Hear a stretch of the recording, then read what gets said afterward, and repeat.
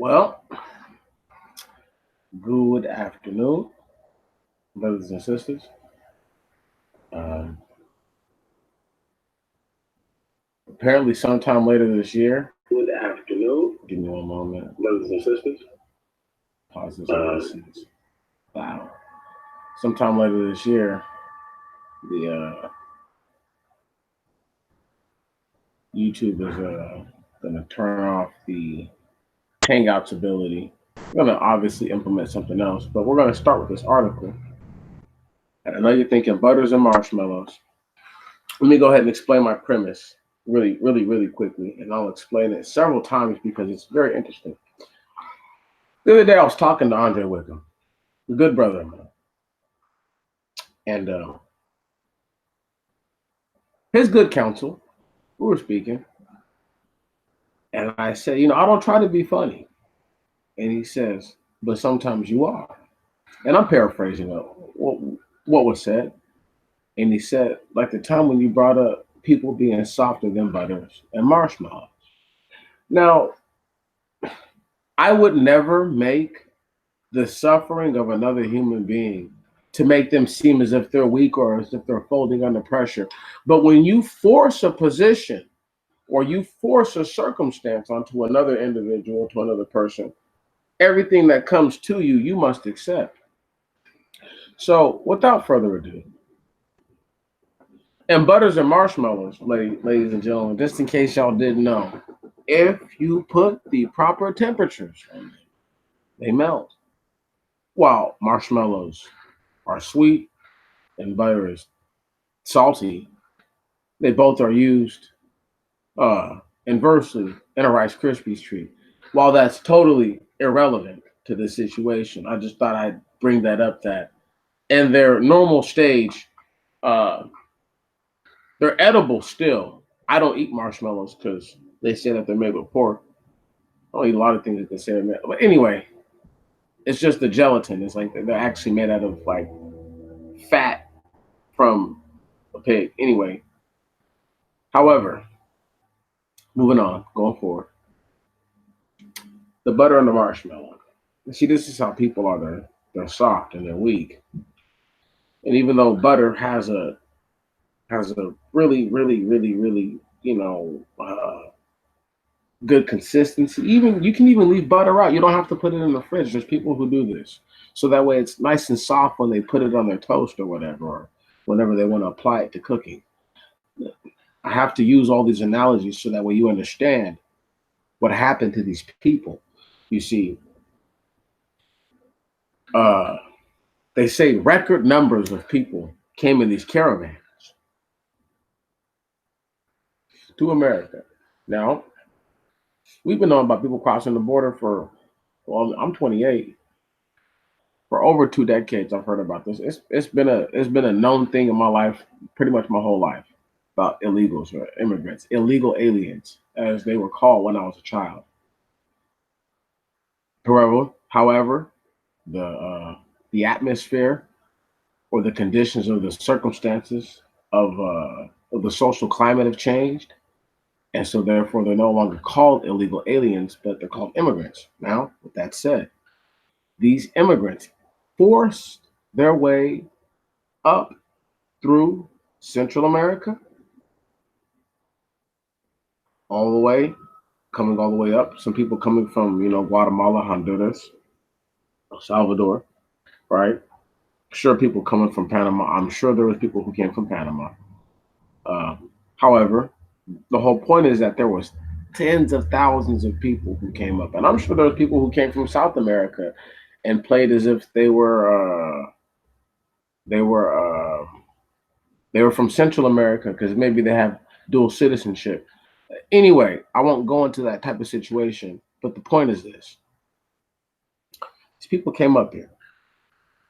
They thought that what they were going to do, using the ploy of social justice to be treated better, they came up here and tried to force their way into the country by means of a broken system.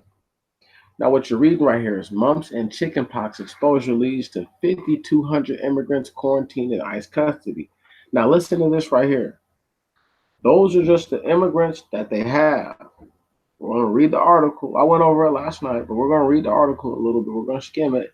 And what I need you to really start to put into your mind, because I'm going to pull up another article. I'm going to one by one the pages, because you know what happened last week when I did one of these. It didn't fluidly transfer from one outlet to another. So I'm going to have to stop and then pull up the other page as I do it. But this other article I'm going to read about, though, is called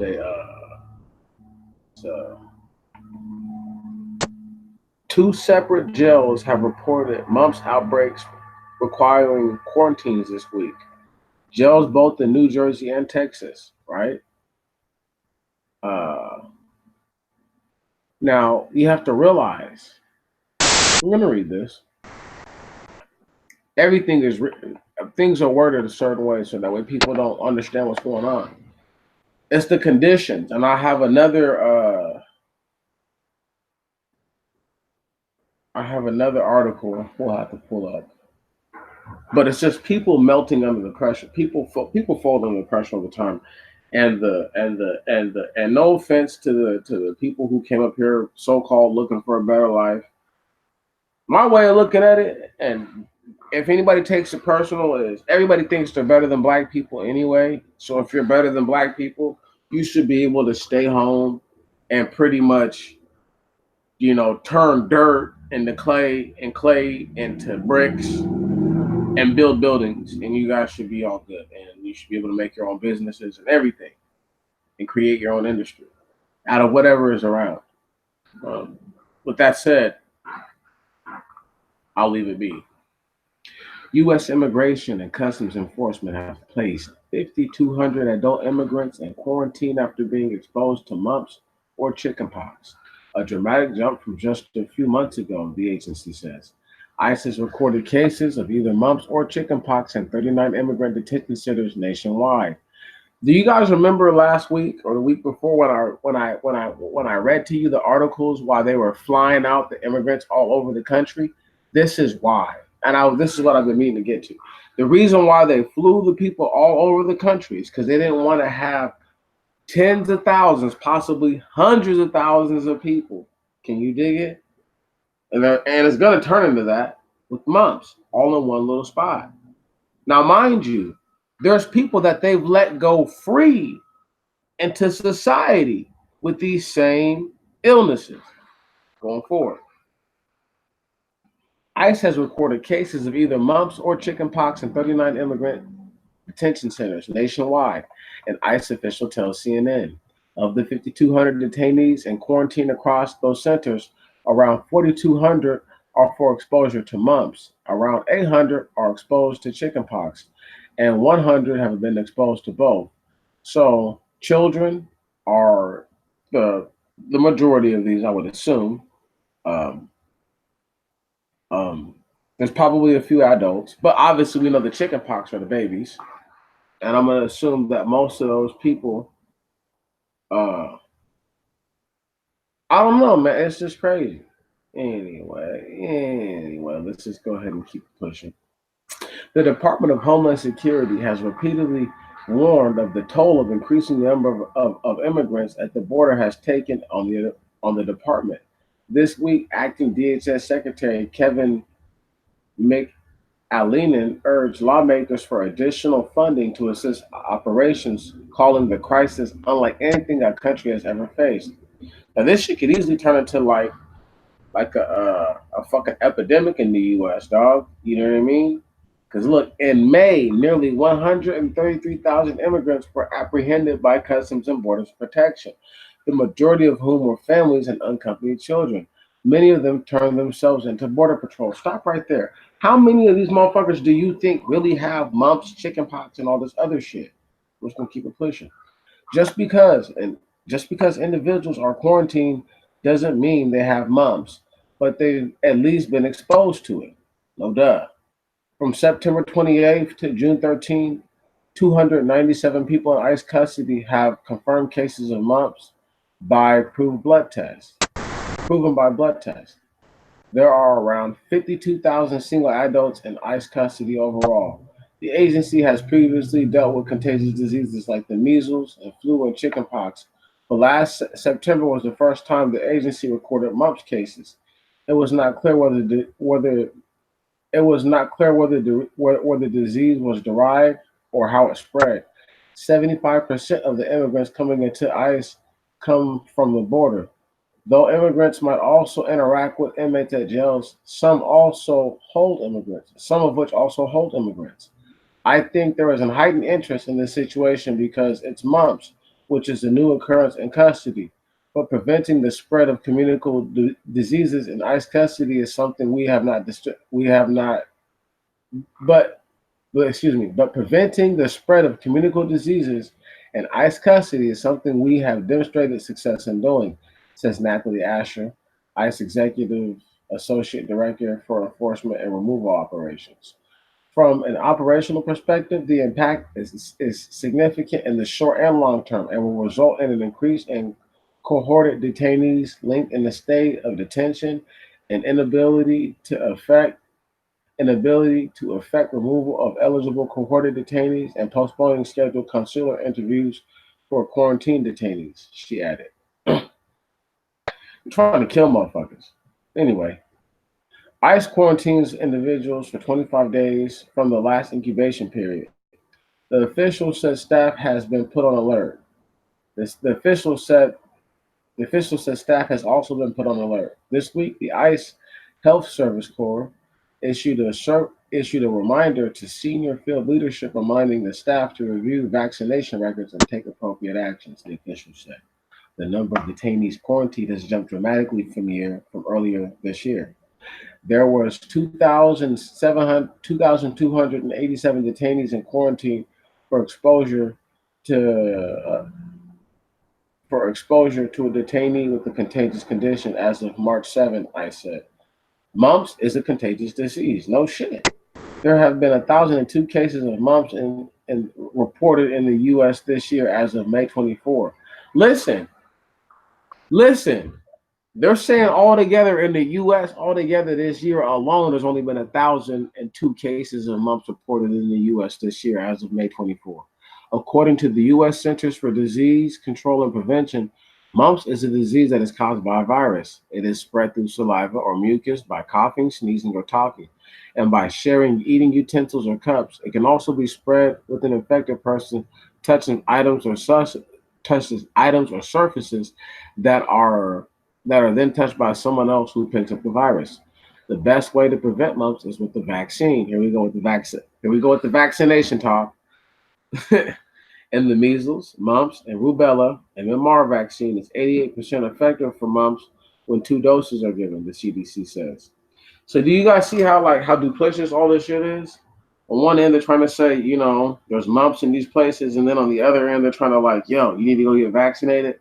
But let's just keep it pushing.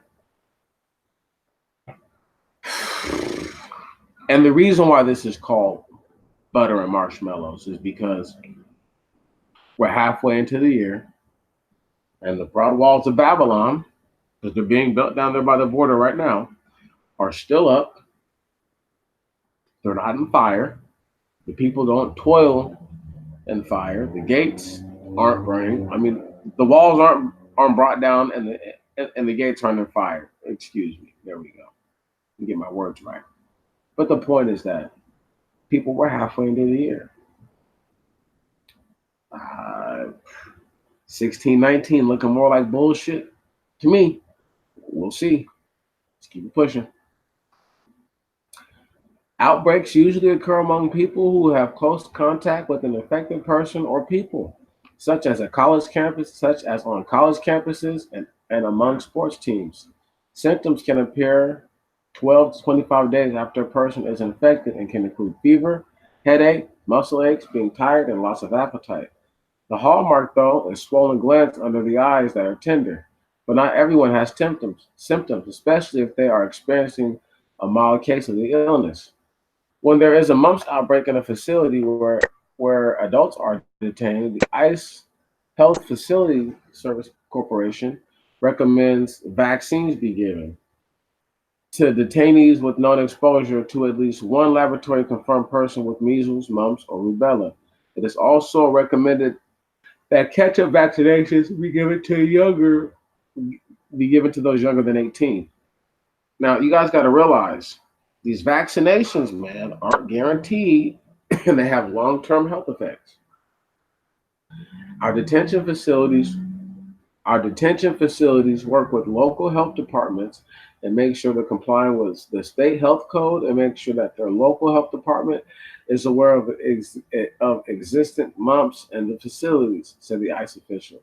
This week, a mump outbreak in the Harris County jail in Houston forced the staff to isolate 14 symptomatic people and guaranteed a few hundred and quarantine a few hundred other inmates, according to officials. Stop right there. Do you guys think that those jails in Houston are the same jails where people got ice? Where I said two separate jails, the one in Jersey and the one in Houston? You think that those 14 people came from those buses that were bused into these places and the planes that were flown into the places to take these migrants all over the country? Because these motherfuckers had mumps and measles and they realized what the fuck was happening and said we gotta spread this shit out because we don't want it. Or maybe they do want it to encapsulate and close in on the whole country. I don't know what they want. We're going to see what happens in the long term, though. Overcrowded border facilities. DHS officials have said the sheer volume of people coming across the border is overwhelming facilities. Michelinin told lawmakers this week that the increasing number of migrants has hurt the morale of border officials and exposed them to sicknesses. The morale is impacted. They're tired, and a lot of them have gotten sick. They've been exposed to flu, chickenpox, measles, mumps, all kinds of challenges in the terms of medical care. They're spending time overnight in hospitals instead of patrolling the border. Late last night, see, so they're all getting vaccinated. Late last night, the Department of Homeland Security Inspector General released a report detailing some of the issues facing Border Patrol facilities amid the swell of migrant arrivals. Illegal aliens, goddammit. Excuse my language. Excuse me, Father. In particular, the IG found dangerous and overcrowding and unsanitary conditions at an El Paso, Texas Border Patrol processing facility following an unannounced inspection, according to a new report. The IG found standing room SRO conditions only, standing room only conditions at the El Paso del Norte Processing Center, which has a maximum capacity of 125 migrants. On May 7th and 8th, logs indicated that there were approximately 750 and 900 detainees, respectively. So it's probably really closer to like 1,000, maybe even 2,000. Those are just numbers they're throwing out there. We also observed detainees standing on toilets in the cells to make room again in breathing space, thus limiting the access to toilets. The report, which was first obtained by CNN, states that shit is crazy. Anyway, do y'all see what's creating these conditions for them now? Y'all understand how that works? Now we're gonna break into some butter and marshmallow talk for just half a second because there's a lot of articles to go through. I got to talk about young China. I got to talk about it's about to go down. Dude, it's going down in China right now. So and I'm gonna get to this little article. I'm gonna talk about this real quick. But the real problem that they're having right now with the diseases with these people, man, is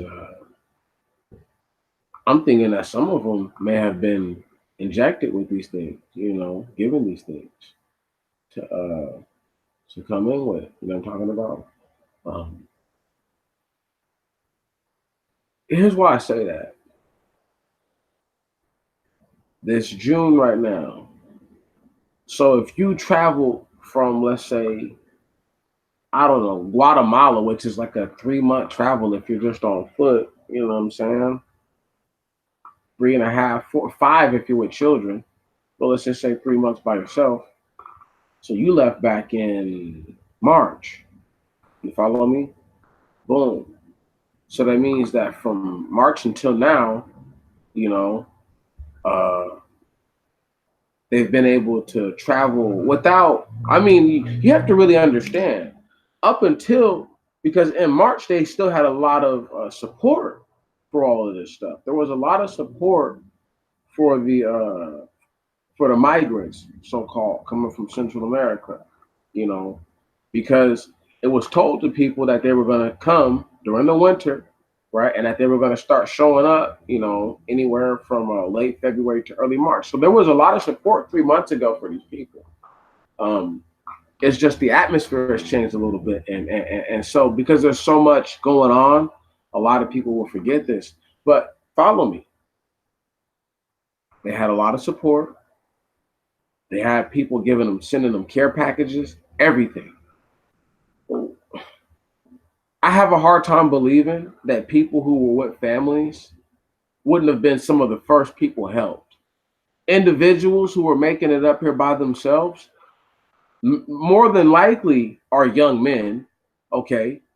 I'm not saying that they know how to keep their bodies clean or that they know how to do this or not or know how to do that. But when you're out in the open, there's a lot of places you can relieve yourself, or find places that will allow you to alleviate certain discomforts, be it a hygiene or whatever.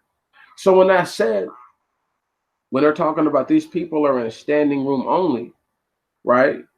Well, how many of these migrants have been let back into the United States because they have to process you somehow? Okay, so they're giving people court dates and just letting them out, throwing them out into society. They're not in these detention centers. You follow what I'm talking about? Not all of them. So you guys need to realize how many of those people had mumps, chicken pox, and God knows whatever else that they let on out into society with regular people spreading this nasty shit now. See, this is why it's so epic what's going down because because this is not like them trying to control people coming from Africa, right? Coming from overseas and stopping them from coming in this bitch with Ebola. You know what I'm talking about? These are people who have standard, regular, communicable diseases that are passed easily, super easily. So why I say this is really for two reasons: the butter and the marshmallow. The butter. See, the migrants, and I have another article, I just have to find it. The Latino community, I'm going to really attach this to because they're more responsible than they even realize. They haven't found it in their hearts to attack white people or to feel as if white people are responsible for their suffering. What they've done is follow this. In Dallas, right, which is, in a state that is going to be drastically affected by something just like this, people being released from a facility unchecked and uninhibited, right? Only until they go into a hospital, maybe because they're actually really sick, do they get checked up and get their shit properly worked up on. But look, there's a police chief in Dallas. It's a black woman. Couldn't tell you her origin. But what I thought was interesting was it's the National Latino Law Enforcement Association, and they're trying to get the lady kicked out. What's up, Martin? And they're trying to get her, they're trying to get her to resign. Now, why I say this is so crazy because why aren't they pushing for the people at ICE to resign? Why aren't they pushing for people who work at the Border Patrol Agency to resign? Why aren't they? You follow what I'm talking? Now, get what I'm saying right now, y'all. I'm gonna really look for the article. I think that's the only article I didn't pull up. Why that's so important is because that's what butter does. You feel me? With the marshmallow, they melt together. Follow what I'm talking about? They mix together really well. You know, they're both now. See, I don't accuse white people of being all out like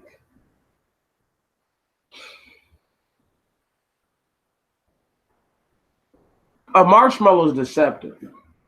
If you seen it and didn't know it was soft, you wouldn't know that it was soft. Like you understand what I'm talking about? You know, butter doesn't have a soft feel to it.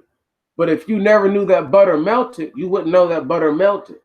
You understand what I'm saying right now? So it's like you have these two characters. One is butter, one is marshmallow. They can both. It doesn't have to be white or brown. But this is the sort of this is the essence that they've embodied.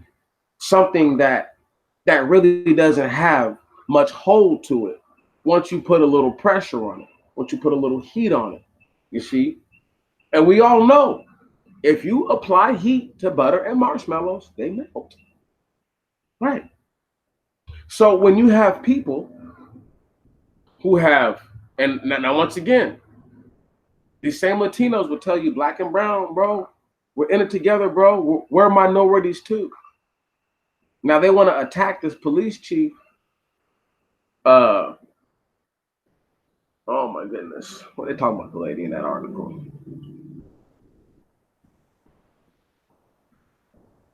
I can't remember exactly what they said about her, and I want to quote like specific things. But however, we'll go to it. Well, I'll do my best to find it. The point is this: you have these people who are so soft, right? And they really are. And they really are. These migrants coming across the border, most of them were helped up here. I want you to understand this. How many of thousands less, tens of thousands less of people do you think there would be if they didn't get any assistance to come up here? Right. You follow what I'm saying? So somebody brought them up here to do everything that they're doing to the system. Now, I would be hard pressed to tell y'all that I don't believe that there's a greater scheme at play, because there has to be. Because I need y'all to really hear what I'm saying. Most of the people who were in these detention facilities would not have made it to America on their own merit if they just walked here by themselves. They would not have made it.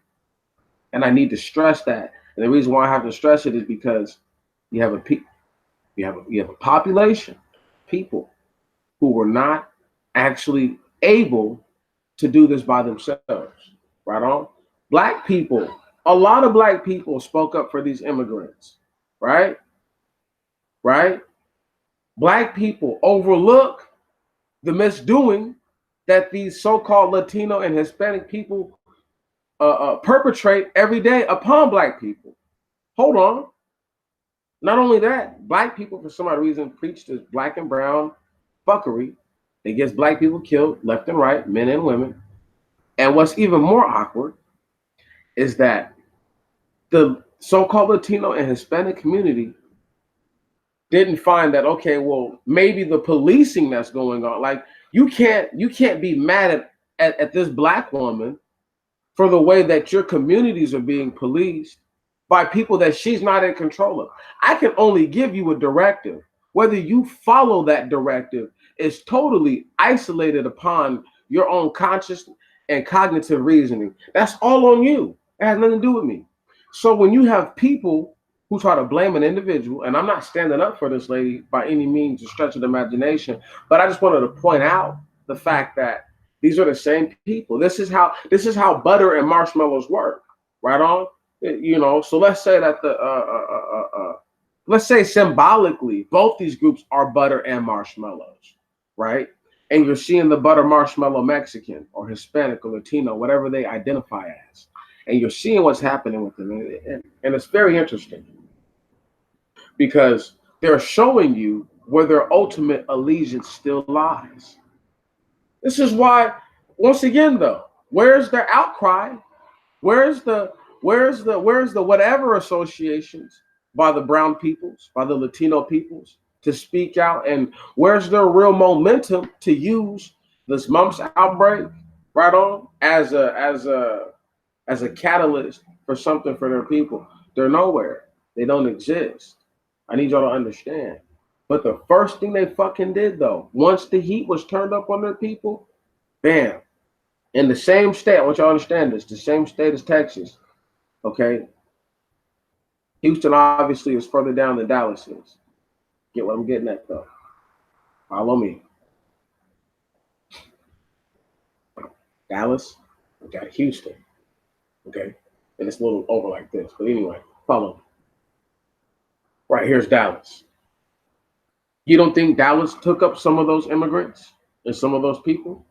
You don't think Dallas could have a mumps outbreak in their local populace in the soon future?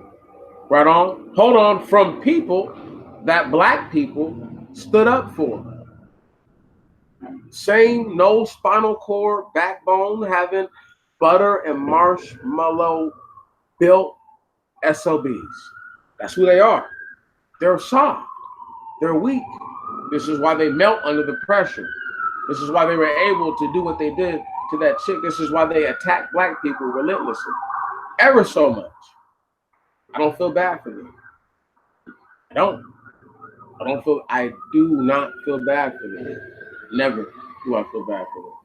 Right on? Let me tell y'all something. And this is a little caveat, totally away from the situation. A dude like David Ortiz, who came here, made American money, diddy bopped around the fucking Dominican, Republic, never thanked black people in America for giving his. Once again, these guys from the DR kill me. All these guys from South America, any guys from these little islands, Central South America, they all kill me because they don't thank brothers, okay, from the Negro League from way back then. Okay, they don't even understand. Without those brothers, your monkey ass wouldn't even be playing. He got blasted, right?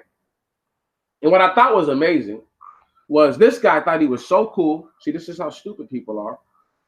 He thought he was so cool he didn't need security. He thought, now people beat the hell out of the dude. They say they beat the hell out of the dude who supposedly shot him, right?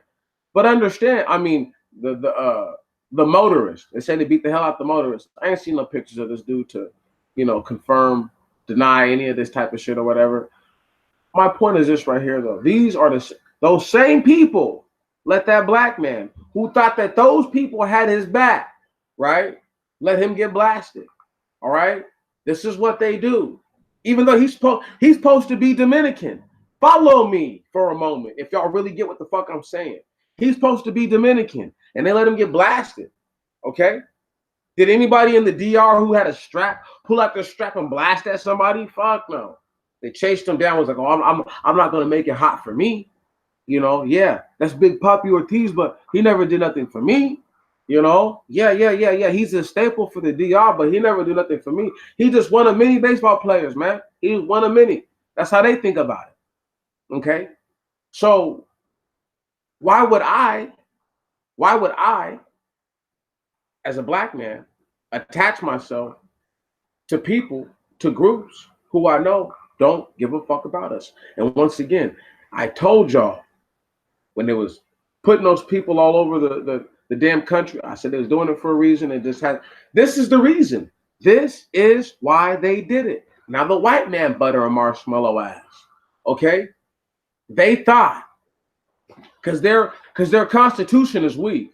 You understand? Under pressure, white people buckle all the time. All the time. Only the real cream of the crop of them like rise to the occasion. Other than that, they buckle. And the reason why I say this, two things I listened to and I watched. The first one, Trump said he wished he had never stopped separating the parents from the children. He said, because people would have stopped coming. And I'm going to tie this into why this is so major and so epic to like the record-breaking number of immigrants who are at these damn detention facilities. Had he done that, right, and not melted like the butter and marshmallow motherfucker that he is, what would have happened is you wouldn't have a mumps outbreak, potentially, all over the country, that you spread all over the country by sending these people all over the country. That's how butter and marshmallows work, y'all. Okay? They get everywhere when they melt. Am I lying? Tell me I'm lying. Somebody tell me I'm lying. One of y'all tell me I'm lying. If you touch a hard marshmallow, is that shit not going to stick to you and get everywhere? Huh? If you melt butter, does it not go everywhere? And that's what the fuck the situation is. Y'all need to really understand this. It's deeper than that. I know the title's funny, or it seems funny, but it's hella serious. Because what I'm trying to illustrate is you have a group of people who are now free, gandering about, doing whatever it is that they please to do, so they have to come back to court. Now, once again, God forbid they get sick, they fall ill, and they have to go into a medical facility. But what happens when this happens, let's say hundreds of cases in the country? It's already happened in hundreds of cases all over, isolated. Thousands, you can really argue, because people are quarantined, but they're in specific designated areas. Man, now these guys, let these guys get by. Thank you, thank you, thank you. Now I go into my other part of this butter and marshmallow, because this shit is epic. So, everybody likes to talk shit about China, like as if like China's really doing something. China's out of control. They don't have control over their over everything over there. They don't. And we're gonna quickly go over this, and let me see if it's acting right. Bam.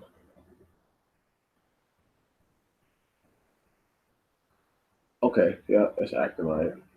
At least on my computer it did. So we'll see what happens. Here we go though. Hong Kong leader Carrie Lam suspends extradition bill but won't apologize for rift it caused or withdraw it altogether. Chief executive insists justification for bill was sound but concedes there was inadequacies in her handling of affair. In a 75-minute press briefing, she defends use of police force and says she will not be resigning. Stop right there. Listen, this shit is deep. Okay? Now, what y'all really need to understand, what this was really about was people who were in Taiwan who leave, okay, the mainland, and go to Taiwan and hide out. Because, Taiwan is still like, we're not part of China. Now, what this is a bigger piece of is the fact that Taiwan just passed that gay rights thing over there. And China's trying to put the flex on them. See, now, this is butter and marshmallows, okay? This is what they do, too. Asian people are sneaky. They only do what they think that they're not going to get caught doing. White people are wicked. If they think they can just get away with it in the long term, they'll do some shit right in front of you. Because they're thinking either I'm going to get rid of you, buy you out, or just get you out the picture some way, shape, or form. You know what I'm saying? Getting rid of you is you being dead, but getting you out the picture is just, you're no longer a feasible threat. The Asians, not so much. They're really peculiar about how they go about their business. And I can say this because I've been around them my whole life, and I know how they get down. So when you watch their get down, when you watch how they're doing things, you know what I mean? Like, just know that they're really more likely. They're not the type of people who are going to poison you. Then they are the type of people who are going to try to kill you in your sleep. You follow what I'm saying? Because if somebody kills you in your sleep, then somebody can still say you got murdered. So then they still may have to defend themselves. If you got poisoned and nobody knows what the poison is, you can't blame them. You feel me? You just died, and then they can just look at you stupid. But you got to understand their get down. Anyway, they tried to pull the bully, you feel me, pulpit move on young Taiwan, and it's not working. Now let me just go ahead and read, because I read this shit to y'all maybe a month and a half ago, 2 months ago, about the extradition bill. I don't know if anybody remembers that. Hong Kong leaders announced on Saturday that she was backing down and suspending her contentious extradition bill, but refused to withdraw it altogether or apologize for the serious conflicts caused by her government's campaign to bulldoze through the legislature. While conceding inadequacies in her handling of the controversy and asking for a second chance to do a better job of building a consensus, Chief Executive Carrie Lam Ching, Yuet Nyor, insisted her justification for changing the city's extradition laws was sound and brushed aside calls for her resignation in light of the rift in society and violent protests triggered by her push for the bill. After repeated internal deliberations over the last 2 days, I now announce that the government has decided to suspend the legislative amendment exercise, restart our communications with all our sectors of society, do more explanation work, and listen to different views of society, she said at the start of a 75-minute media session to announce the big pause. Now, let's stop right there for just half a second. We're going to go forward. Do y'all realize the damage she's done? She can't undo what has been done, okay? Because for years and years and years, see, to understand the Chinese culture, you would have to understand the Mongol invaders, okay? Go Turk invaders, okay? And then you'd have to understand the Aboriginal people. Then you would have to understand the power struggles that took place after the amalgamation of the people throughout all the different dynasties. Then you'd have to understand the corruption of the people. Okay, once opium was mass produced, and then what's the best way to say? Manipulated the basic population into becoming addicts was what the white British man had done, the Englishman had done. And so therefore effectively, now you have these, once again, these two different bloodlines all together who have become one, who now look similar, but they still look different in their different ways. And you have a group who, with Mao Zedong, took the mainland China, okay, all right? And Taiwan said, fuck that. We're still our own. We're still us.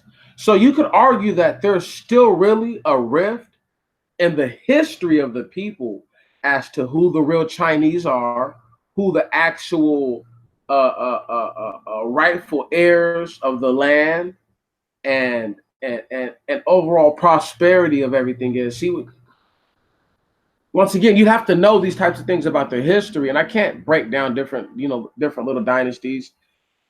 Some of them I know better than others, and that's not important. It is important, but it just doesn't explain the butter and marshmallows. And now back to that. See, they folded. You understand? Now look, here we go. Lamb defended her use of force by police. Here we go. 1 second. Boom, boom, boom, boom, boom. There we go. Lamb defended her use of force by police who fired tear gas and rubber bullets and beanbag rounds to fend off protesters who blocked lawmakers from debating the bill on Wednesday, saying the crackdown had been reasonable and natural. Stop right there. Now we're gonna go up here. I'm gonna unpause her. And we're gonna see what this 3-minute joint says, if it's in English.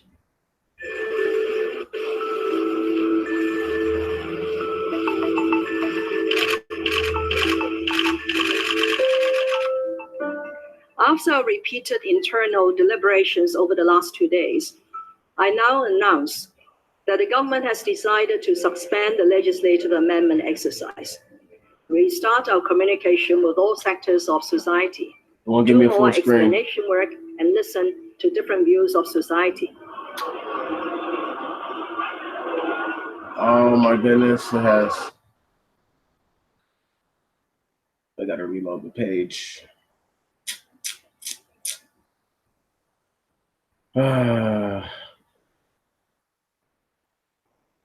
Look at all these people, all the pages stuff. Look at all these people. Y'all see all these people? Look at that. That's an ocean of people. More than 1 million people took part in the march. Shit, probably like 2 million.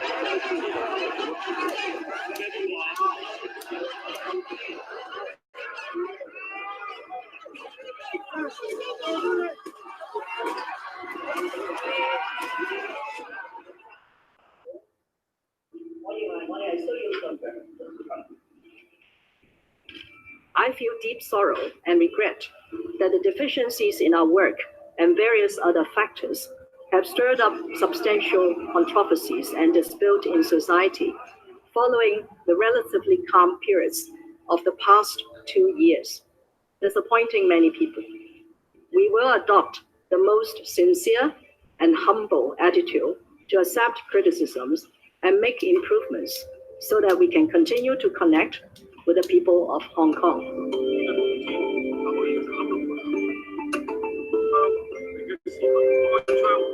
No evil law. No evil law. Carrie Lam, step down. Carrie Lam, step down. Carrie Lam has lost all credibility. Her so-called the commitment here, it's completely lacking in sincerity. If she refuses to withdraw, to scrap this controversial bill altogether, it would mean we wouldn't retreat. She must release everyone that's been arrested in relation to what happened Wednesday.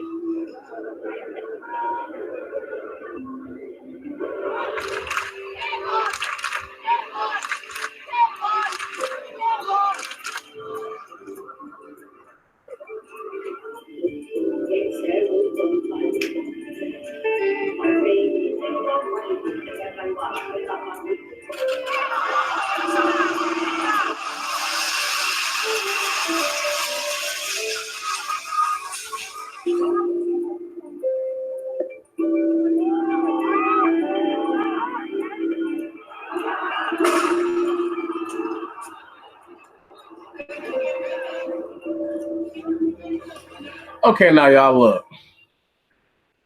You'll see how that shit is going down over there? They realized if we keep fucking with these people, all right, they're about to riot. Okay? For real, for real. That's what old girl threatened just then. All right? That's why they want those people not arrested. She was like, we're not gonna stop, you know, if y'all keep acting up. Now let me go ahead and get off this website. This website is acting funny. Let me go to the MSN. Let me see if MSN will do me right. Is it sharing on my screen? It is sharing. I won't know if it's not sharing. It looks like it's sharing on the screen. Sorry if it ain't. So sorry. Hong Kong government suspends divisive extradition bill. So we're not going to read this whole article. But look, we don't even get to read. Her name is her. Right on? Right on? Good thing we just read the first part that told us that her name is Carrie Lam. Now it says that later, but that should have been the first thing. Not her. Right on? But they wanted you to understand that the leader of the place, okay, is a chick before they told you who it was. Now you need to realize though why this is so important. These people are also protesting because they're feeling these are people who are feeling the pinch from these trade wars and shit like that. Okay? You guys want to go toe to toe with America after being greedy and making all this money for all these years. China could share some of their wealth with their regular denizens. And you have people, man, who have been putting their asses on the line. Okay? All right? And now you have a chick who's pretty much, once again, this is why Taiwan, it's really about Taiwan. It's more about Taiwan than it is about Hong Kong, okay? It's more about Taiwan because if it passes, all right, people who live in Taiwan who don't want to go to mainland China will go to Hong Kong. But if you make it to where you can extradite a person from Hong Kong, well, fuck. Now I'm stuck on this little ass island of Taiwan. See, it restricts the movement of a lot of different little people, you know what I mean? And a lot of different major people. Why I'm bringing this up? They folded. They folded. They did the butter or marshmallow move. The heat turned up as opposed to them saying, man, fuck that. We going all the way, okay? And it's because they couldn't get away with it looking sneaky. Had that been here in America, please. Oh, you guys want to riot and protest? Man, the cops would be there is no we don't they're not gonna justify nothing. They don't care. Right on? You feel me? They're putting together a bill, get over it.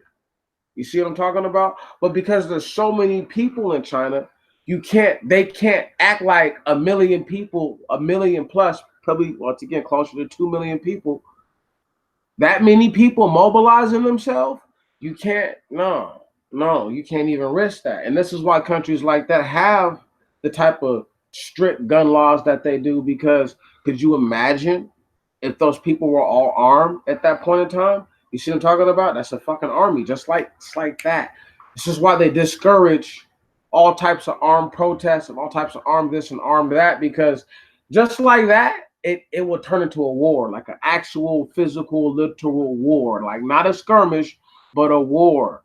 And they understand this concept. And this is why she said what she said about getting in. You know, I'm not resigning. Just like a typical chick who doesn't think she's done anything wrong, you know, and all she feels like she has to do is apologize.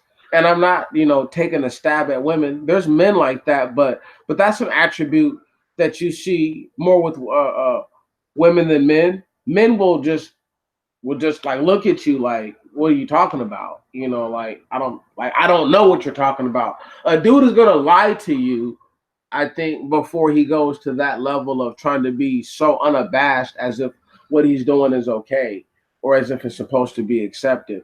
That's just my understanding of the nature, between the two. Maybe I'm wrong, but that's what I perceive in life.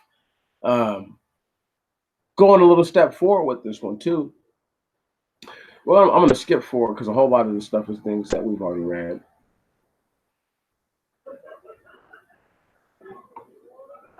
No. I know you guys are probably like, he's reading and talking to us at the same time. Yeah, I was looking at it and trying to see exactly what parts are different, what parts are like the same.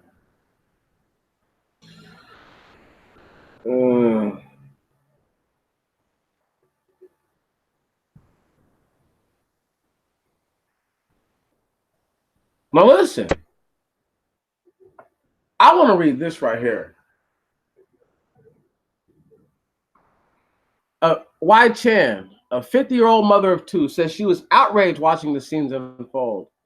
It's calling for all mothers who had enough already of what happened the other day.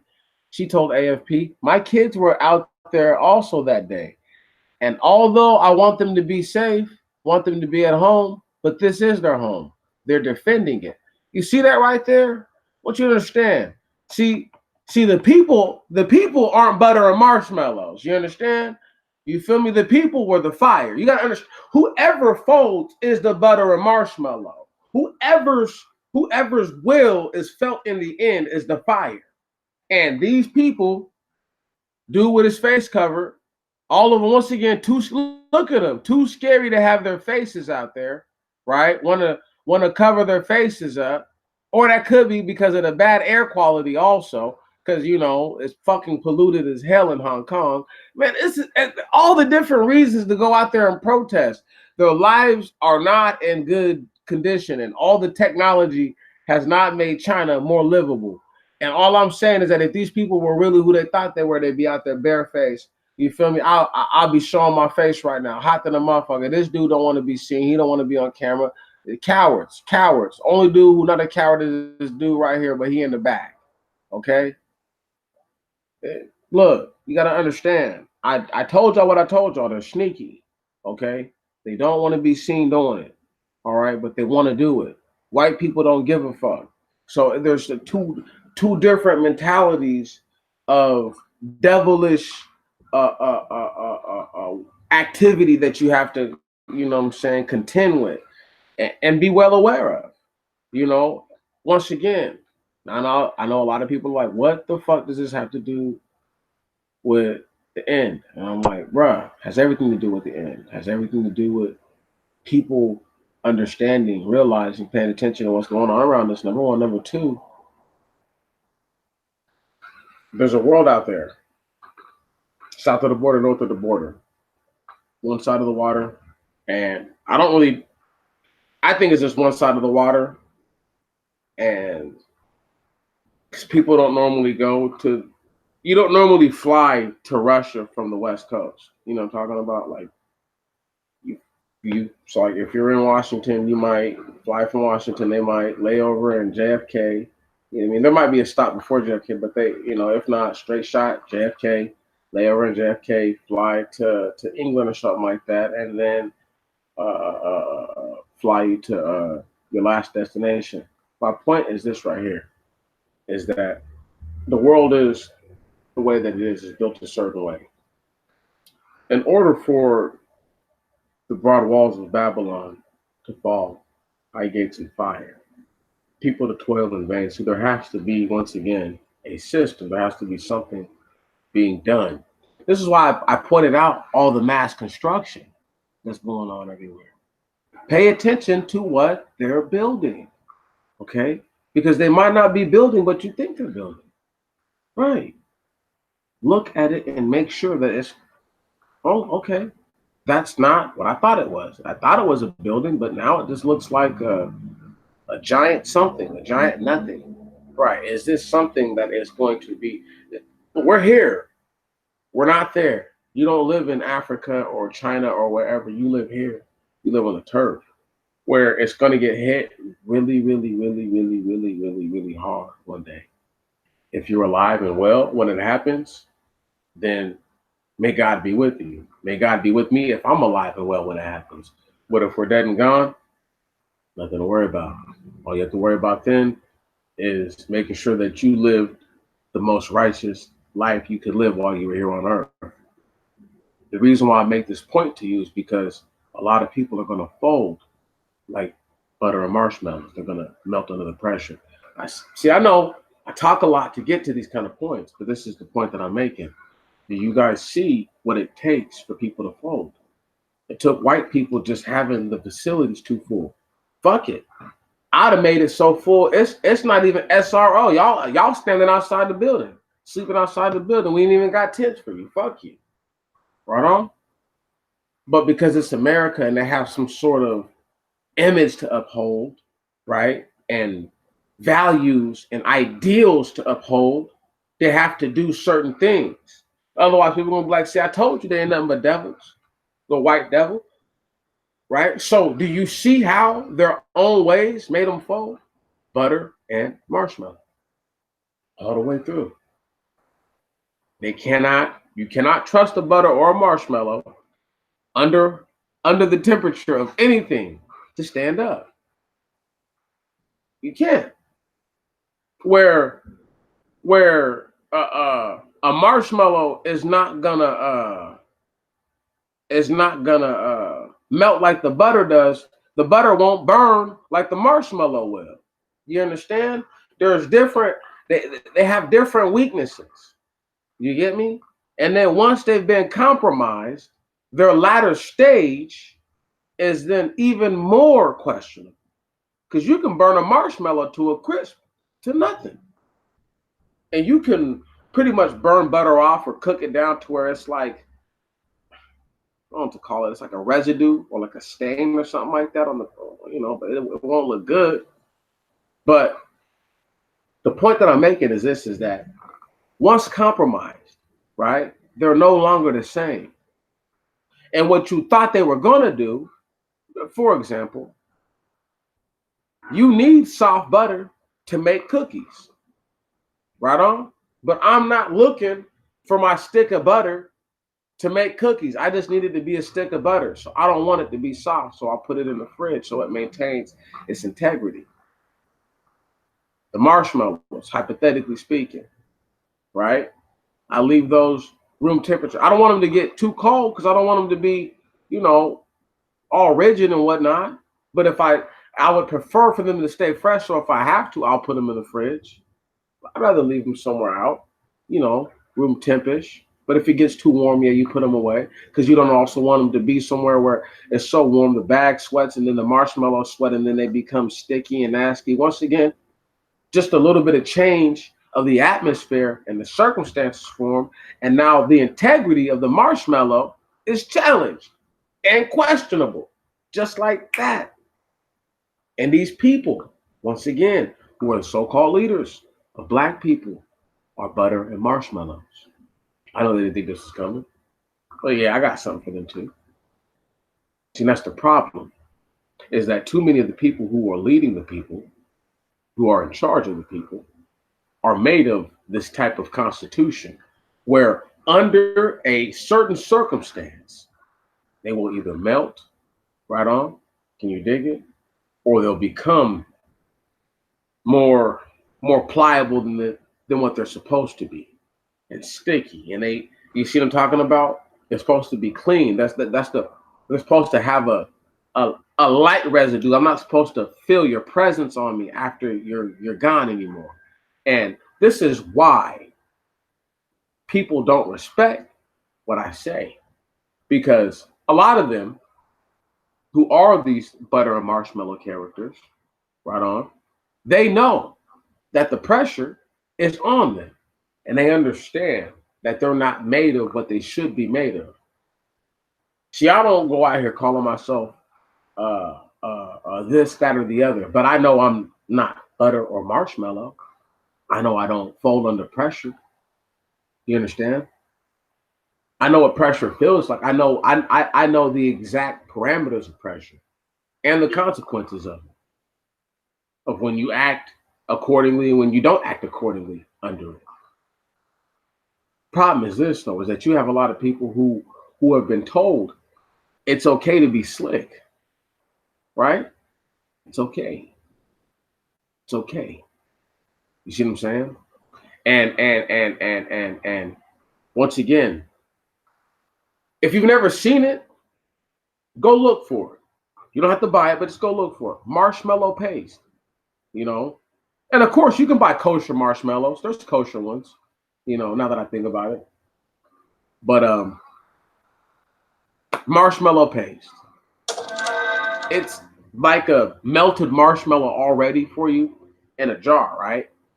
And that's for people who don't want to do the hard work when they're making Rice Krispie treats of adding the marshmallows to it and then letting them melt down. They just want to put the paste on it, have the butter melt, have the Rice Krispies cook, boom, bang, bang, bang, bang, mix everything together, put it on a little cookie sheet, throw it in the bake, bang, everybody's happy, right? Right, you know, a little extract, this, that, and the other, but still, everybody's happy. The point that I'm making is this, is that is the consistency of the marshmallow. It is made to melt. It is made, essentially, to fold. Butter, okay? The whole principle of butter is to spread it somewhere. In order for that, it has to have a lax consistency, okay? What you would call viscosity for other liquids, it doesn't apply to butter unless it's in a full liquid stage. And then the viscosity of butter would be the highest because it flows much like a liquid like water. With that said, real butter comes from milk. The most base ingredient of milk is water. So anyway, however, point is this. Butter's made to melt. Marshmallows are made to melt. They're soft by nature, okay? And then when you add in there that Jello cube spine, oh yes, you guys know I was going there. That special Jello cube spine. You see what I'm talking about right now? See, they're just made of soft things that fold, bend, and give up. And those aren't the kind of people that you need around you, leading you or giving you ideas. This is what they do. Somebody tell me I'm lying. Somebody tell me I'm lying. You know why the war on drugs pretty much failed? You know why it failed? Because the people, right, who were in charge, who wanted to incarcerate or kill every black person who was involved in that sort of activity, was because they started to find themselves more and more often in operations where a financier or a chief participant, okay, may be involved with the person of another persuasion, changing then the dynamics of everything.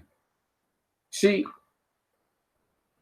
I won't get too far carried away, but movies like White Boy Rick illustrate how white people have been able to, for a long time, get into illicit trade of all sorts in this country they call America and become paid off of it. Right on. And then when the fucking heat is on, turn into butter or marshmallows under heat, give up some brothers or some Mexicans or some Puerto Ricans, whoever they're doing business with, and they're good to go. Get into a witness protection program. I mean, think about that. Think about how cold Butters and Marshmallows is. Butters and Marshmallows is so cold, right, that they run the FBI. Dudes like Herbert Hoover should be ashamed of dudes like J. Edgar Hoover being related to him. Because J. Edgar, at one point in time, strongest man arguably in the whole entire world. See, when you implement programs like the witness protection program and you allow a person who has been participated, involved in, to whatever degree, to where their persons is a shot caller, if you will, and now they're allowed essentially to walk away from all of their dirty dealings by giving up other individuals. If that ain't Butters and Marshmallows meets Butters and Marshmallows again, I don't know what is. That's soft as a motherfucker, because that's the devil telling me, if you do what you want us to do, we'll always cover for you. You follow what I'm saying? And that's this is a FBI director who implemented virtually everything that they do now, right? Homosexual quadroon, a dude named J. Edgar Hoover, him. A lot of people don't know he was a mulatto or whatever, but he was some type of quadroon and mulatto, and he was softer than all get up. I'm gonna tell you how soft he was. Butters and Marshmallows. See, the U.S. government is so full of butter and marshmallow people that they had a solemn vow. I know it's hard for you. I know it's hard for y'all to believe. They had a solemn vow with a lot of these dudes who you think are crooks and criminals and gangsters of the old days. A lot of these guys were first and second cousins and third cousins. These motherfuckers is related. Okay? All right? Butters and Marshmallows. I'm going to tell you how they folded, how dudes like him folded. They gave up on their solemn vow once they realized that the gangsters were trying to legitimize themselves into businesses and the corporations. And they only allowed certain ones of them. Ironically, mostly those who were hands controlled by people who you would call Jewish or Israeli. Those people, before they even had an Israel, before they even had a nation of Israel, these guys were coming over here and were full-time gangsters in America. Don't get it fucked up.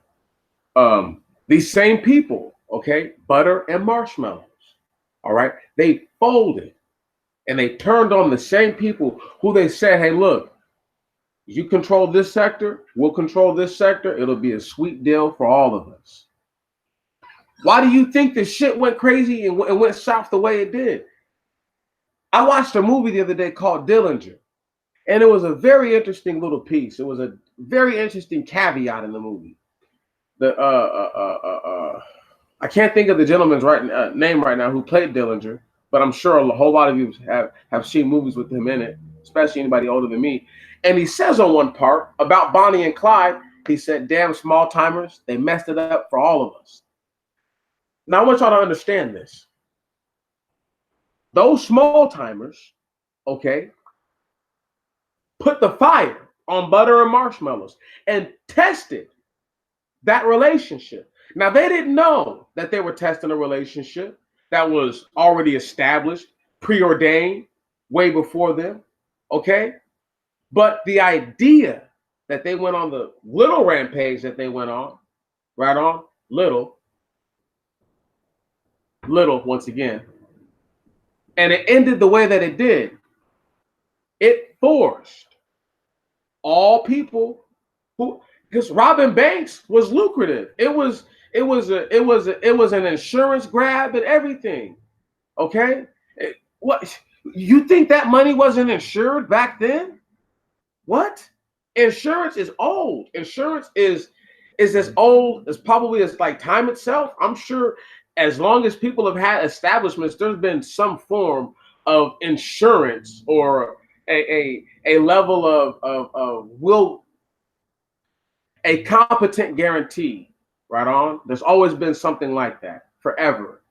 What I'm saying to you is this right here. Dudes like John Dillinger, Babyface Nelson,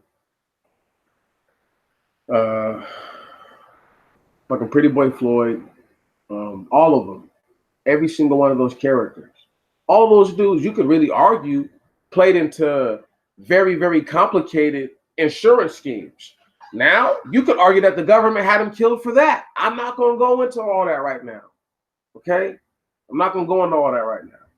See, and this is when people don't understand things because they've never done the research. They don't, they just don't know. But they should really do their research to really learn something so that when they do know something,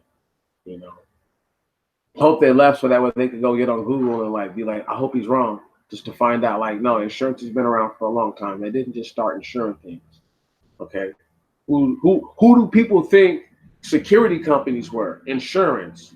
Okay. Well, how do you think the Pinkertons got their reputation? By insuring your money. Okay. Right. Thank you very much. So anybody who wants to think that I don't know what I'm talking about, I know what the fuck I'm talking about. All right. And you could argue that every single one of those bank jobs, even going back to the day of Jesse James, okay, were precise and coordinated efforts for insurance bargains. You will never know. Only some of those places will probably have the records of making those types of insurance claims after the robbery. Okay, but I'm sure that was a legitimate thing. It was legit, especially during the Depression. So who's funding the banks? The government, right? The Federal Reserve and shit. I don't want to get too carried away with all this, but butter and marshmallows has to be broken down. See, they fold after a while, and they gave up on their arrangement with people who shook on it, spit or cut their hands open, because the spit on your hands is symbolic of blood, right on. That's like you cutting your hand open and doing it like that. Anyway, they did that, and then they double, triple, quadruple, quintuple, centuple crossed them. It's crazy. They just crossed them, super duper vicious. Okay, and people are like, "That's not what happened." That's what happened. Look at what happened. Look at what happened. The same thing that they did to the land barons, they did to the so-called gangsters, bootleggers, and bank robbers.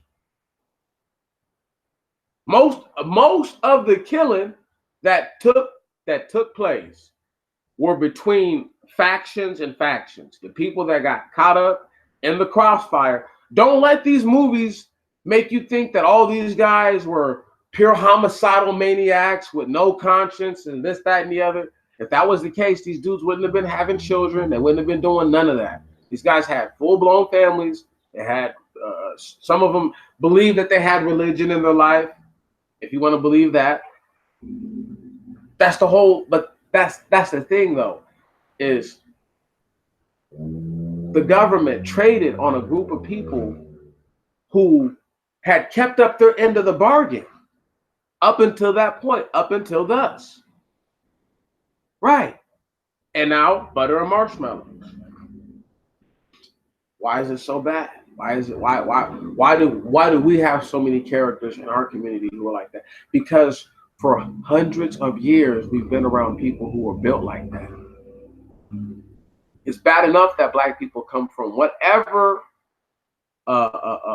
preconditioning that they already have woven into their genetics to be a certain way. It's another thing when another group of people influences you to be a certain type of way. Okay? Because now I'm talking about our people. I don't give a damn about them no more.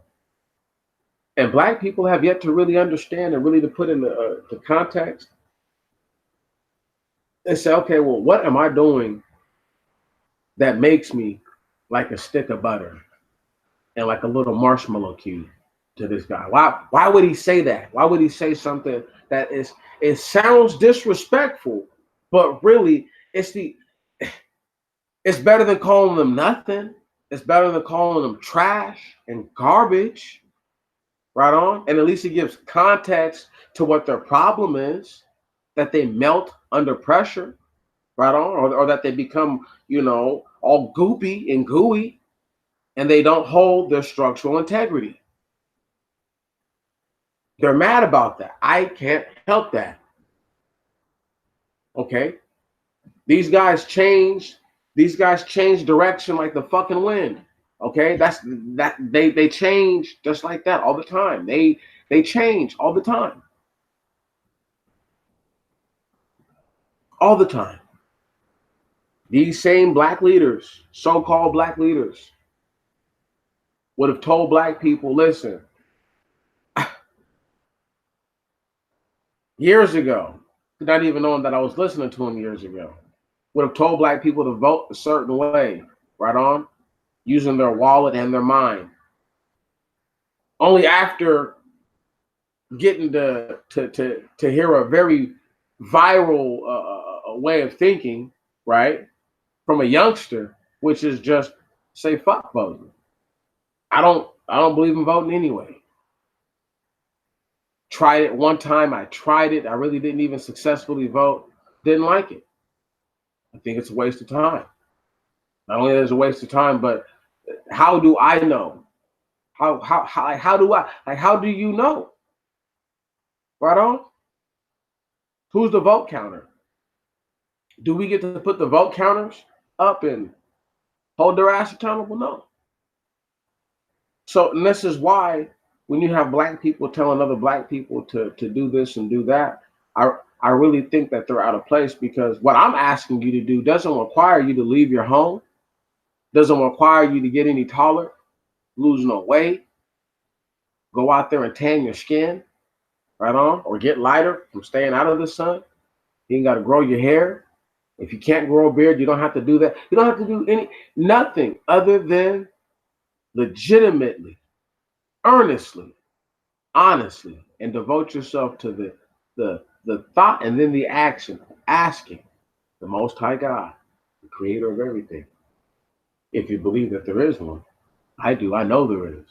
And ask him to render his judgment unto this earth, that all those that have sinned against him be judged according to their actions, and that his mercy also be forevermore, until all those who have found not only repentance in their heart, right on, but recognize what they have done that is wrong.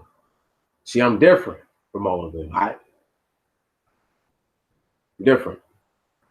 I just picked up a little ball that this guy dropped a long time ago, right? With this little idea about people not having souls, and I ran with it.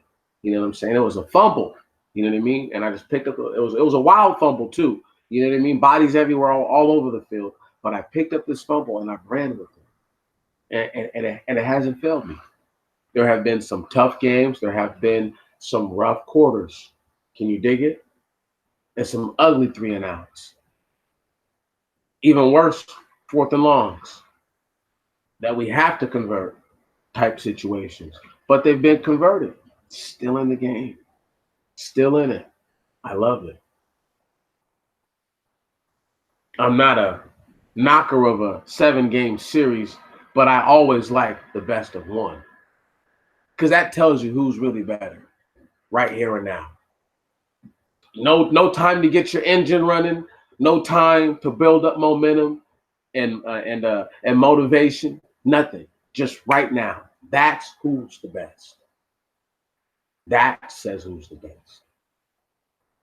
And there's going to be a lot of people in that day who find out that they are made of butter and marshmallow, that they are not a rock. No, they are not meant to be proved. No, no, no, no, no, no, no. Nor tried. They are not silver or gold. They are butter and marshmallow. Ain't that sad? Ain't that sad? That you can put silver and gold through high heat. Right. Prove and try them.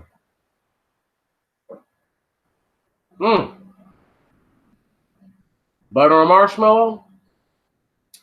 You know what's about to happen if you put just a little bit of heat to them. And he didn't even got to put no fire on the butter. He'll melt with just the proper heat. Marshmallow, kind of, sort of. But you put that fire on the marshmallow, and his ass gonna give in. And the only difference between the butter and the marshmallow, once again, is that it's how they end in their final stage. That's it. It's the only difference. But they both lose their structural integrity. I encourage you, my people, to be more like metal, rare metals, the silver and the gold, because that lasts in the fire. And the people who are trying to lead you are not silver or gold. They are butter and marshmallow to the core with jello cube spines. And they know it. Every one of them knows it. Not one of them argues with me. There's nothing to argue. And all they can say is, I have more subs than you. But I'm not here for the subs. I'm here for the message. And I have a message to give to the people. Very sound, whether they like it or not. And that's the beauty of it, is that even if they never listen to it, I still put it out there. So the trumpet has been sounded time and time and time again. And anyone who feels as if I am telling a lie about the leadership, about the core of the leadership, tell me I'm lying. And I'll take it. I can take that, but elaborate. Give me a small paragraph, a little stanza as to why it is that I'm wrong. But if I'm not wrong, then acknowledge this in your mind and rhetorically ask yourselves this: what do they really want from you? Do they really want your empowerment? Well, do you have to pay them for why are you having to pay them to be empowered? Huh? Tell me that. Why aren't they struggling to make ends meet themselves to show you that I legitimately care about you? It means more to me to not have something, to have less, and to be able to do what I can do for you in this medium than to tell you that I need what it is that we all need, which is income, which is resource, which is something of value that can be traded for something of desire or need. What man or woman is not in need of that particular circumstance or outcome from a circumstance? That it's a ridiculous notion. And the fact that you have a group of people who have elevated themselves, once again, because they have thousands and thousands of subscribers, and they built themselves into believing that this is what separates them from another person, that I must be telling the truth because I have all these people listen. They all listen to me. So I must be telling the truth. Woe to them when men speak good of you, right on? Or when men shall speak good of you. Because so did their fathers to the false prophets. So I don't need anybody to really attaboy me. I need the pat on the back.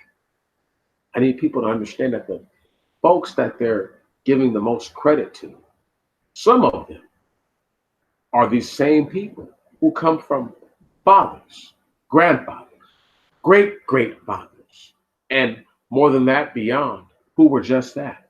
false prophets of a certain medium. And these men are no different. And they've allowed for the regular, average black person to become enthralled with this idea that they are somehow above, I mean, really above. Let me ask you guys this question. Why have not one of them been arrested or accosted seriously within the last 365 days? I want you to really think about that for a moment. There's dozens of black YouTubers, dozens of them, dozens of them. More of them who claim so much to be the backbone and the voices for black people. And these people never face adversity, never speak on the adversity. And if they're going through adversity for standing up for black people, then why wouldn't they highlight that as this is what this because I am who I say I am, I go through this for the cause. I only ask this because how legitimate can you be if all you do is talk and there's no action? You see what I'm saying? See, every day I frontline. I have to deal with people every day. Every job I've ever had, with the exception of a few, when I'm like working in warehouses, and then still you still deal with people, but just not like that. But every job I've ever had, I have to deal with people. Okay, and so I've dealt with a range and number of people. And me and Andre talk about this all the time about, like every day is a frontline struggle because somebody who doesn't have to frontline can't really understand everything that you have to put up with or that you may have to go through. But they have all these great suggestions, all these wonderful suggestions. And the suggestions in themselves make sense. Like, yeah, that does make sense to do, but you don't think I've thought of that shit already? So what, you think I just been out here circle jerking myself? What? You see what I'm saying? And this is the issue, once again, with the butter and marshmallow people. Because they're not silver, they're not gold. Can you dig it? They're edible items who, under a certain temperature, give up the structural integrity. And you can't have a person with you who, under a certain temperature, gives up their structural integrity. The gold and the silver may mold slightly differently once that heat touches it. But they don't give it all the way up. And then one knows that I have to reshape, with all the fine-tuning utensils and tools to make proper.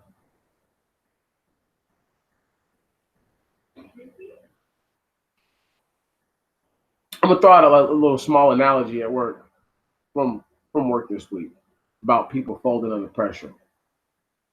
So I'm detailing cars right now, right? And before the week was over, there was probably like almost like 30 cars where I was at, somewhere close to 40. And there's only one out of all the cars there. There's like one stick shift on the whole lot, and I thought it was funny because it had been like, I don't know, like almost 3 years since I had driven a stick, and I had just forgot. You know what I mean? Like you have to take the, like you for sure have to take the e-brake off. Like it's not moving. You know what I mean? It'll just die on you. So the guy's like, oh, this guy, he doesn't know how to drive a stick, and I'm like. So because I forgot how to turn off an e-brake and I don't know how to drive a stick. No. Now to get to my point is this: I parked the car because he's an auto body mechanic, technician, whatever. He fixes parts on cars. I pulls the car up into a stall. Now when he's backing the car out, once again, this is the butter and marshmallow thing. Under pressure, he hits something. I think he backs up into another car, brings the car back. Later on, I'm examining the car, right on. And I'm like, I know I didn't touch nothing. Like, I know this. I'm like, I know I didn't touch anything. You know what I'm saying? Because they were all like, all these dudes who worked there were like, oh, no. Go to the right, go to the left. You know, like all trying to like guide me, like as if I don't know how to fucking drive or something. I'm like, dude, it's just a manual transmission, my guy. Like this, it really around the world is standard transmission. If you want to know the truth, a stick is standard transmission. Standard. That's regular everywhere in the world. However, here in America, since after World War II, once is when they first actually implemented automatic transmission, just in case you didn't know, um, that's when it became full blown what it is. But that's neither here nor there either. The fact that this dude tried to fucking lie, as if he didn't bang the car up, like I did it, and I just told the little manager dude, I was like, bro, I haven't touched nothing since I've been here, you know. I had a little a moment where I was pulling the car forward where I let the front end of the bumper rest against the tire of another car. Whatever. You know what I mean? And I mean, and like literally like rest, like literally like slowly guided it as slow as you could and like let it rest in the car, you know, so that way I could get out and see exactly how much space I had. But anyway, that's neither here nor there. Ain't tore nothing up. And a dude, as opposed to being a real dude, right? You know, once again, you know, and I'm not taking a stab at Hispanic people or Latino people, but it's a Latino dude, you know. It's the shit that happens. You feel me? People don't want to take responsibility, you know. So this is why I don't trust these black people who are the leaders, because these are the type of dudes where as long as everything goes good, right on, they want the credit. They, you know, I couldn't thank you enough. They love you to death. When the shit goes wrong, right? Now they start name calling you, and they want to like, you know, like put the blame like it's your fault that shit has went awry. You know what I mean? As opposed to them self-reflecting and saying, you know what, maybe if I had treated the situation differently, I wouldn't be where I'm at. You know. Um, um, and I'm gonna give you guys a prime example of these dudes who are butter and marshmallow. You know, how many of these people got paid off of Nipsey Hussle getting killed? Think about it, and don't talk about white people, because white people have been doing this shit for forever. Okay, since before niggas could get free, they've been getting paid off of stuff that dead niggas either created, right, or getting paid off the rep of a dead nigga. I don't want nobody to use white people. Think about all the black people from the Breakfast Club to big YouTubers, Tommy Sotomayor, Tariq Nasheed. Listen, and all these people all of them got paid off for bro getting killed, right? Every single one of them. Every single one of them. Did they say I'm gonna take every dollar I get from these proceedings and I'm gonna donate them to charity or something like that? No, they took that money. But these are the same dudes who will try to complain and bitch about the conditions of Black America. Right on? But they don't realize their same activity is a part of the same degenerate bullshit that niggas shouldn't be a part of. A brother get killed, my nigga, if you really care about him, you should mourn for him. Right on? But the last thing I'm going to do is try to turn somebody's death into a payday for me. And then try to speak on myself as if once again, somebody who's not in a position or hasn't put themselves in a position, right on, to be a parasite off the people. Can you dig it? That now all of a sudden these people are haters and you know, and they're clout chasers. Like, once again, how are they clout chasing, but you're using the death of another person to get paid? Think about when Stephon Clark got killed. Listen, y'all, I have pictures. I'm about to find them and show y'all. I have pictures that I can show you were like from the same day that the young boy had got killed. Okay. And what was crazy about it was because I had made a recording, made a video for it and everything. But then I said, no, I don't want to do that because I don't want it to get a bunch of views for the wrong thing. And it just happened to turn out that the Stephon Clark situation blew the fuck up. And I was like, oh, thank God I didn't do that.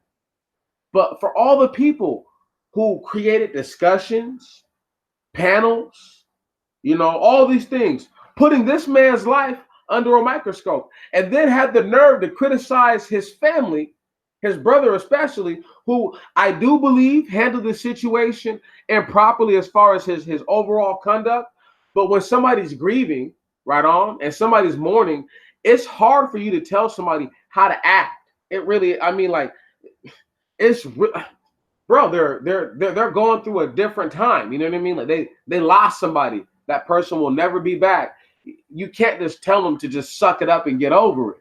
So when these people, once again, make all this money, right, off a tragedy of other individuals who look just a little bit like them, and then have the nerve to down other people like myself, okay, they will never call me out by name because they don't ever want to can't give me no shine, please, right on. They'll give a pile of turds. They'll name a pile of turds and give a pile of turds a personality before these niggas ever call me out by name. Can you dig that? That's just not gonna happen. So you ain't gotta worry about that. But the fact remains this right here is that they have used tragedies of other individuals to become paid off, right? And they try to tell other people that these other people who are saying that I'm wrong for this, they're just jealous of me. But yet they knock the government for being hawkish to black people. Say, oh, well, the government puts black people in these positions and they do this and do that and they do this and they do that. Well, how much more so are you not putting black people in a position? You're questioning a black man or a black woman's patriotism to the black race because they don't want to give you $2, $3, $4, $5, $10, $100 of their hard earns, and now that makes them questionable. Oh, they might be a coon or a sellout. They might want a butter biscuit. Butter biscuits do taste good, by the way. Right on. And so does chicken. Love it, love it, love it. Love them, love them, love them, love them. So I don't know why these guys talk all that nonsense about stuff that like they know that they like that shit. Like, how you gonna talk about butter biscuits and you eat them? It makes no sense. But this is what they do. But I'm tripping. No, I'm not tripping. I know what the fuck I'm talking about. And these are the same people that you guys can go listen to right after this, because I'm about to be done here in a little bit. You guys can go listen to any one of them, go find their videos and just watch. You ain't got to get your timer out to see how many times they get paid and stop it and see, like, damn, okay, he got paid 18 times this video. You don't got to, no, you don't got to pocket count, no, or her, because there's some hers out here killing them, and they don't. Some of the chicks don't even know I go to the channels and just listen to the information that they're putting out there. They don't know. They have no idea. Okay, these people are lacking structural integrity, and they melt under pressure. All right. If somebody came up right now and offered almost any one of these major or semi-major YouTubers a TV deal, they take it. It's like that. But yet, so who gave you that opportunity? Did you give yourself that opportunity, or did white society give you that opportunity? Granted, I understand that the internet was pretty much constructed by a Nigerian. I hear you. But the entity of the internet, the spirit that it is, the living thing that it is not under that Nigerian's control, nor was it ever. With that said, the fact that the dominion of it is controlled by white people. Would you say that white people gave you that opportunity then?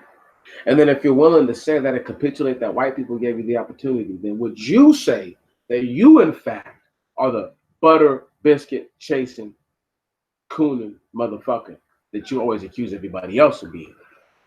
See, these same people, men and women, see, and I have an issue with chicks calling out dudes on certain things like I might talk about a homosexual woman, but I really only focus my energy when it comes to homosexuals about men. I really only speak on the men because I'm a man. You follow what I'm saying? So I don't really respect when these chicks who don't have a man, right, or aren't married to a black man, and because there's a lot of them like that who aren't married to black men who talk all kinds of cash crap about homosexuality amongst black men. And I find that awkward because I'm like, you're fucking and sucking a white boy or an Asian or a Mexican. What are you talking about right now? You feel me? What are you talking about right now? And for all we know, the person you're married to is a faggot. However, since the chicks don't even have enough sense to stay in their lane, okay, and talk about homosexuality amongst women and why it's so wrong and why that has destroyed black households almost as bad as divorce has. Nobody wants to talk about that. Nobody wants to talk about that. Nobody wants to talk about that. Why some of these chicks were so damn close for all those years. Oh, that's, she does my friend. Yeah, that's my girlfriend or whatever. But understand though, women are way more sensual than men. Way more sensual than men. So the idea that something happens between two chicks and it may never happen again, I believe that. And they may never talk about it, and it's just something that they know between them. I believe that. When chicks be like, oh yeah, I was just experimenting in college, I believe them when they say that. I'm like, oh yeah, she's not lying. She's telling the truth. She's not just saying that to fit in with everybody else. She said that shit because that's what she did. But they don't talk about how that sort of energy, right, made women to believe that men don't know women. No, women know women better than men do. No shit, you're a chick. So I could never know you the way that you know you. You can never know me the way that I know me. That's stupid. That sort of energy has been destructive in black households. Do they talk about that? No, never. They don't. They're horrible. They're garbage and they're atrocious for it. And female faggot homo energy has been destructive for over 20 years in the black community. This is a fact. Anybody can try to argue this. This is a fact. Truth and absolute. Indistinguishable from life itself. So that's why but I can speak on that right now because I'm just laying out the differences. Once again, there's women like that who get paid big money dollars. My least favorite people I can't see who I suspect of being fluffy. Trying to tell black people what their problem is. No, you need to get off the fucking couch, get off the internet. You need to do some push-ups and some pull-ups, and you need to go walk, and you need to put down the Lay's potato chips, and you need to eat some broccoli. Damn it. And I'm hella serious when I say that because I love broccoli. Delicious. Celery. Delicious. All that stuff is delicious. But you got motherfuckers who aren't even in physical condition to lead themselves and want to be in a position of leading black people. Fuck out of here. It's garbage. It's garbage. People think I'm crazy for saying that. No, I'm right for saying that. I'm right. I'm right. Just like these dudes who go out here and talk all this shit about people who are low wage earners. Those, follow me. Those same low wage earners are in two different warrior classes of people that they need to do everything that they're trying to pull off. One are the retired veterans, okay? some of whom just can't land a good job because of paperwork or they're just not comfortable working in a certain setting. The second of which, right on, are these dudes who are from strictly urban settings and have been so their entire lives. And they're used to dealing with violence, not dealing in, but dealing with violence. And these same people, these guys, oh, low wage earners, this, that, and the other, we're not really worried about those guys. We're only worried about the people, the high wage earners, the middle income earner type things. And it's like, how many of those guys do you really think are combat qualified, combat trained? How many of them do you think are physically fit? I mean, it's a small number of them. But I can go find a shit ton of dudes who are low wage earners, who are physically fit, ready to go right now. I can go find a whole bunch of urbanite hood dudes who are physically fit, ready to go right now. Might not be any wage earner. He might make it by any means, but he's still more ready to go, really, in the whole grand scheme of everything, than this other dude who's talking. Because once again, everybody's giving them money, so they think that they're special. I need y'all to understand this. If you've ever had somebody give you, YouTube is like a nigga getting tipped all day, right on? Because if you have another job and you get paid from that job, this is like a side hustle. But if this is your main source of income, right, then a person who gets onto YouTube breaks their cycles down into like hourly segments. Like, okay, I spend this much money a day. I have to make this much money a day. And I'm talking about this is their minimum for the food, maybe gas allowance, whatever, right? And any other kind of comforts that they may desire. And then boom, and then they say, bang, okay, I have all that. So they say, okay, I need to make this much per hour. So let's say a person spends $80 a day. Guy knows I got to go out here and make $100 a day, right? So his goal is to make $100 a day. Now you might not realize he's got a Patreon account once again set up, right? So you can't see his Patreon account getting advertised. You can't see his PayPal account getting advertised by people, or not advertised, but sort of not frequented. Oh my goodness. Oh my goodness. Can't think of the word right now. It won't come to me. Anyway, but it's pretty much where it's like somebody comes to your business. It starts with the A. Anyway, they come there, they do business, and that's how it goes. But what I'm trying to point out is this right here, y'all. You have a group of people within a group of people who've made themselves special on a system that's ran by white people. And a large number of that group of people who are within that group of people complain about the white people. Yet they're asking the same group of people that they're within for their hard-earned money. I don't understand it. Can anybody explain that to me? Like, can somebody break that shit down? Because it all seems ass backwards to me. And people are like, well, how are they butter and marshmallows? I'm like, because these same people who were talking like, oh man, man, white people are this and white people are that. These are the same people that if you do something, right, they fold and melt and say, oh well, man, well you should have been doing that then, bro. You should have been following the rules. It's like, well, which is it? Are we living in a corrupt, dirty, evil system, or should we all just be following the rules? You see what I'm saying? And because you have this really this unrealistic expectation that that people who come there who aren't content creators have an obligation to fund these content creators, is, to me, it's backwards. It's ass backwards. It is totally disrespectful to imply that a person who wants people to hear the information that they have, for whatever reason that they want them to hear it, should be rewarded for what they're saying. That's stupid. That's stupid.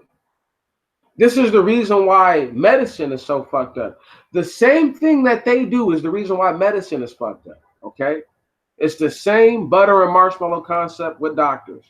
All right? Doctor says, "Oh, I love treating people. I love doing this. I love doing this." But to do this procedure, it's gonna cost $300,000. They're like, "Holy fuck, doc! Thought you loved the people." And just like the butter and marshmallow he gonna melt. He gonna tell you the truth. Look, bro, I'm not in it. I'm not in it for nobody's health. I'm in it for my wealth. He will let you know. I'm here to get paid, damn it. If I fucking wanted to be a good guy, right on, who didn't make much, I'd go and be a doctor without borders. But I'm here in the good old states, the United States of America. So I'm gonna need top dollar, pimp. Right, right. And I'm not gonna say it to you like that, but that's the gist. That is the gist. And people can't understand that we are dealing with a group of people within a group of people who are dealing like wicked doctors. Can you feel me? Where even if they have something good to say, right? If they don't get what they feel like they're rewarded, the doctor might forget that scalpel inside of you. So he has to go back inside you. So you have to go pay him again. See what I'm saying? Then this time you might not properly stitch something up. So that way you have bleeding. So that way you have to come see him again. This time he might give you medicine that that your body's allergic to. Might fuck up your internal organs. So now you're inside the hospital fighting off a disease from the inside. Right, come on. They never give the people enough. Not that they're capable of doing that, because they aren't the life, they aren't the way, but because they are shepherds. Many of them are shepherds, and they disobey their role as a shepherd to their people. And that's why I can that's why I can say what I'm saying. I'm not passing any kind of harsh judgment. This is just a basic assessment. You can ask Andre if Andre's still here. How I normally go in about butter and marshmallows, I normally go way more in. I think I've been pretty. I think I've been pretty mellow. I've said some things that people may not have liked, but I think I've been pretty mellow. Um, but I also do really believe I've gotten this point across in more ways than one. Um, there's a lot of folks who really can't understand the United States is under pressure. But you know who's under more pressure? The Hebrew Israelites who talked all that bullshit about 1619, and every other black person who talked all that bullshit about 1619. See, I say all that to say this. Those people, what are they going to do come that time? Huh? Are they going to melt up too? Huh? Are they going to get all groupie on you?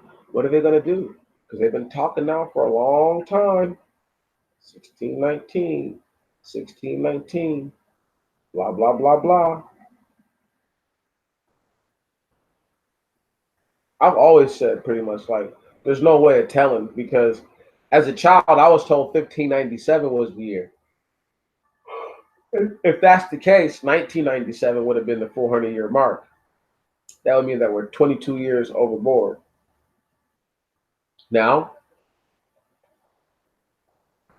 that could also just mean that the slavery for black people didn't start when they say that it started at also. But what's believable, just throwing it out there, the children of Israel were in Egypt for 430 years, that first go around. I know the Most High said that the children that the seed of Abraham would be in a foreign land for 400 years. But why can't they be there for longer? If they've already been there for a set point period in time, why can't they be there longer? Only reason why I say that is if by December whatever walls ain't coming down and getting bashed in and broken. I don't want to hear it. And I'll even give it to March of next year. You know what I mean? I'd even give it to March of next year and give these guys a few months grace period. But I just don't see anything happening. I'm quite sure, I'm quite positive nothing's gonna happen this year. I could be hella wrong. I've been hella wrong before. But we're 6 months in. We're at the halfway point. I couldn't wait till we got to the halfway point. I couldn't wait till we got here because where are we at? Nothing really major has happened. Nothing too major. Nothing too crazy. So, I mean, some crazy stuff has happened, but nothing, too major. So, I just respect and I expect everybody to look at this year as a testament. You know, it's a test to our resolve. You understand to to go through what we go through. You follow me? It's a test to our resolve. Um, I just find it to be a beautiful thing that everyone here knows. I think you all know. I think you all understand that there are people that are built of just the same material. They're not good. They're not going to be good under pressure. I say this to y'all so that way you know that going forward, you need to watch people. You need to make sure that they are who they say they are. You can't have somebody in your corner who only halfway in your corner. That's not good for your survivability. It's not good for my survivability to have somebody who's only half-assed there for me.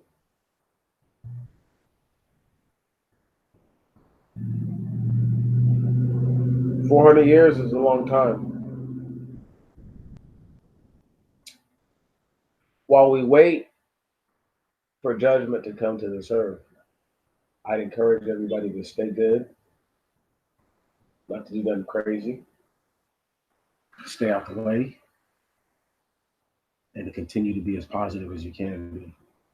Because here in the next, coming, I don't know, shit,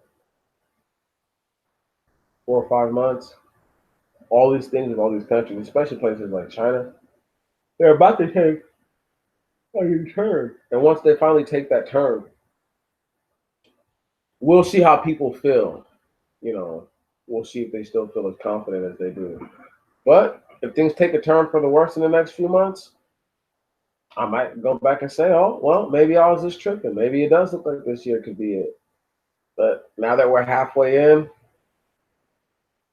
and the tumult has been pretty steady, I don't know. I'm not sure what would make me believe that it was all over, unless once again things that weren't regular came upon the things that were not normal came upon the earth. Then I'm like, oh yeah, this is it. But we're in a good position. My brothers and my sisters, I salute you. It has been a wonderful day and a wonderful time talking to you, and I look forward to this soon. Um, Got to go get with my people tomorrow with my pops. So I should be doing something in like midday. I just want to do I want to do a little Bible talk, but I really want to kind of tailor it to like